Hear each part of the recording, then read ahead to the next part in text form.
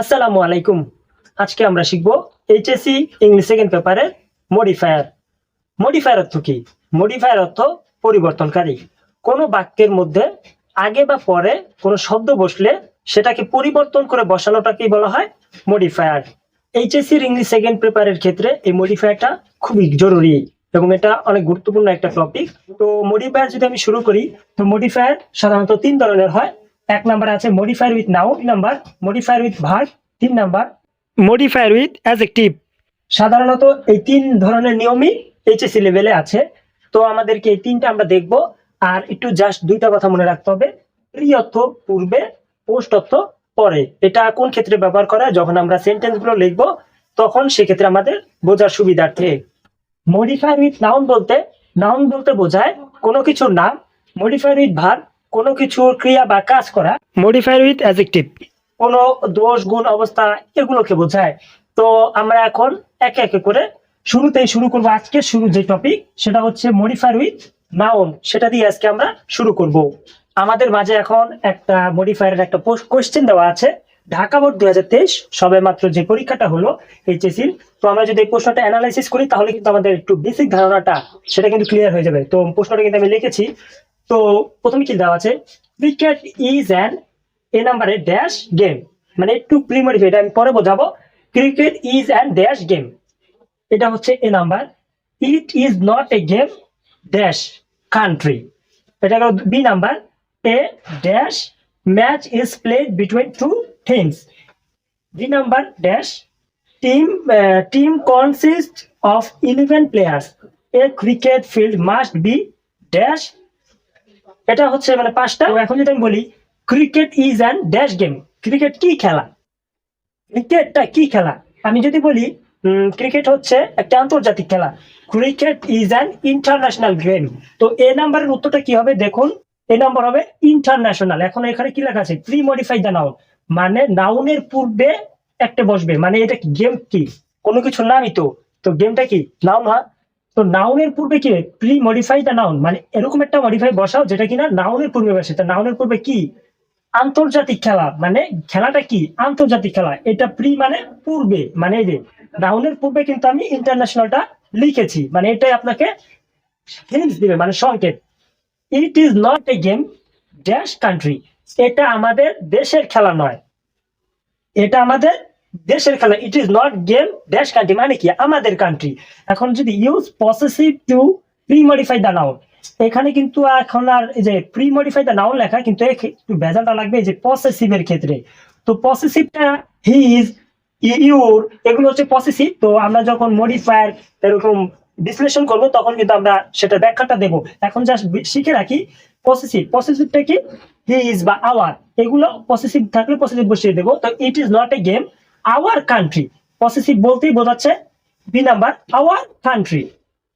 C নাম্বারে যদি দেখি, a dash match is played between two teams, a cricket, মানে এখানে তো যেহেতু ক্রিকেট নিয়ে আলোচনাটা হচ্ছে তো ক্রিকেটটাই বসবে। A cricket match is played between two teams, একটি ক্রিকেট খেলা হয় দুই দলের সমান ভাগে। তো use a noun adjective to pre modify the noun. এই যে আমি বলছি অ্যাডজেক্টিভ, এখানে কিন্তু এটাও আছে অ্যাডজেক্টিভ উচ্চারণ নয়, কিন্তু এটার অরিজিনাল উচ্চারণ অ্যাডজেক্টিভ, নট অ্যাডজেক্টিভ। অ্যাডজেক্টিভ হবে মানে এটা মানে উজ্জ্বল থাকবে আর কি, এটা উচ্চারণ করা হয় না অ্যাডজেক্টিভ। তো a cricket match is played between two teams, একটি ক্রিকেট খেলা দুই দলে বিভক্ত হয়। ডি নাম্বার কি দেওয়া আছে, use a distributive pronoun to pre modify the noun. তো এখন যদি আমি বলি তো প্রি মডিফাই নাউন, এটা তো মানে নাউনের পূর্বে বসবে, মানে এটা তো একটা নাউনের পূর্বে তো বসবে, এটা আমরা জানি প্রত্যেকটা গোষ্ঠী। কিন্তু এখানে ভেজালটা আছে, ইউজ এ ডিস্ট্রিবিউটিভ প্রোনাউন, মানে নাউন প্রোনাউনের ডিস্ট্রিবিউটিভ প্রোনাউন। তো প্রোনাউনটা কত অনেকগুলো প্রকারভেদ আছে সেটা আমরা দেখবো। তো এখানে কি বসবে, ইচ, এভরি, এগুলো থাকলে ডিস্ট্রিবিউট প্রোনাউন হয়। তো ডি নাম্বার বসবে ইচ, তো এটা থাকবে ডিস্ট্রিবিউট, এখানে আসলো ডিস্ট্রিবিউট। তো এখন যদি আমি ই নাম্বারে দেখি, a cricket field must be dash dash, a cricket field must be dash, a cricket field must be post modify the noun. এখানে কিন্তু এই তো পোস্ট, তো আমি কিন্তু একটু আগে বলেছিলাম প্রি অর্থ পূর্বে, পোস্ট অর্থ পরে। এই যে পোস্ট মডিফাই দ্য নাউন মানে নাউনের পরে, তো নাউনের পরে কি বসবে, ওয়েল মেইনটেইনড, তো ওয়েল মেইনটেইনডটা কি বা কিংবা আপনার পসেসিভ, ডিস্ট্রিবিউটিভ, এগুলোই আসলে আমাদের জানতে হবে যে কোন ক্ষেত্রে কি পসেসিভটা, মানে আমাদের প্রশ্নে দেওয়া থাকবে প্রি মডিফাই দ্য নাউন, আর আমরা লিখবো কোনটা প্রি মডিফাইড নাউন কি কি বসবে, কিংবা পসেসিভ যেটা সেটা কি, সেটা যদি আমরা জানি, তো সেটা যদি আমরা শিখি, তাহলে কিন্তু আমরা এই মডিফায়ারটা খুব সহজে অ্যানালাইসিস করতে পারবো। মডিফায়ার উইথ নাউনের রুল 1 এ যদি আমি এখন দেখি যে প্রি মডিফাই দ্য নাউন অথবা use adjective to pre modify the noun, তো এটা হচ্ছে রুল। তো প্রত্যেক মডিফায়ার দ্য উইথ নাউনের 7 থেকে 8টা বা 9টা রুল দেওয়া আছে। তো প্রত্যেকটা রুলে মানে জিনিসটা আমাদের বোঝানোর ক্ষেত্রে সুবিধা। তো আজকে আমরা রুল 1 দিয়ে শুরু করি। তো প্রি মডিফাই দ্য নাউনের dot dot dot plus adjective plus noun, যেখানে নাউন থাকবে তার পূর্বে অ্যাডজেক্টিভ বসাতে হয়।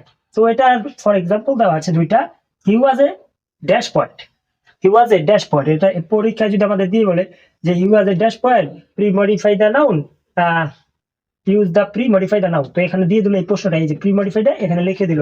তো এখন আমরা কি লিখবো? তো হি ওয়াজ এ ড্যাশ পয়েন্ট, সে কি কবি, মানে সে কেমন কবি, হয় বিখ্যাত কবি, না হয় মহৎ কবি, না হয় ভালো কবি, এটাই তো। হি ওয়াজ এ গ্রেট পয়েন্ট বা ফেমাস পয়েন্ট।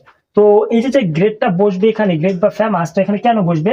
তো সূত্রে কিন্তু লেখা আছে প্লাস ডট ডট ডট, এই যে এটা ডট ডট মানে এটা plus plus adjective plus noun. তো এখানে বসবে একটা অ্যাডজেক্টিভ, এখানে অ্যাডজেক্টিভ বলবে প্লাস নাউন, এই যে প্লাস নাউন, পয়েন্টটা কিন্তু একটা নাউন, নাউনটা কিন্তু বসেছে, কিন্তু নাউনের আগে কিন্তু এই যে অ্যাডজেক্টিভ যেটা সেটা কিন্তু বসেনি। সো সেজন্য গ্রেট বা ফেমাস এখানে একটা বসবে। এটা হচ্ছে ইজি রুলের 1 নম্বরে। 2 নাম্বার আছে arsenic is a dash substance, arsenic একটি পদার্থ, কেমন পদার্থ, ক্ষতিকারক বা বিষাক্ত।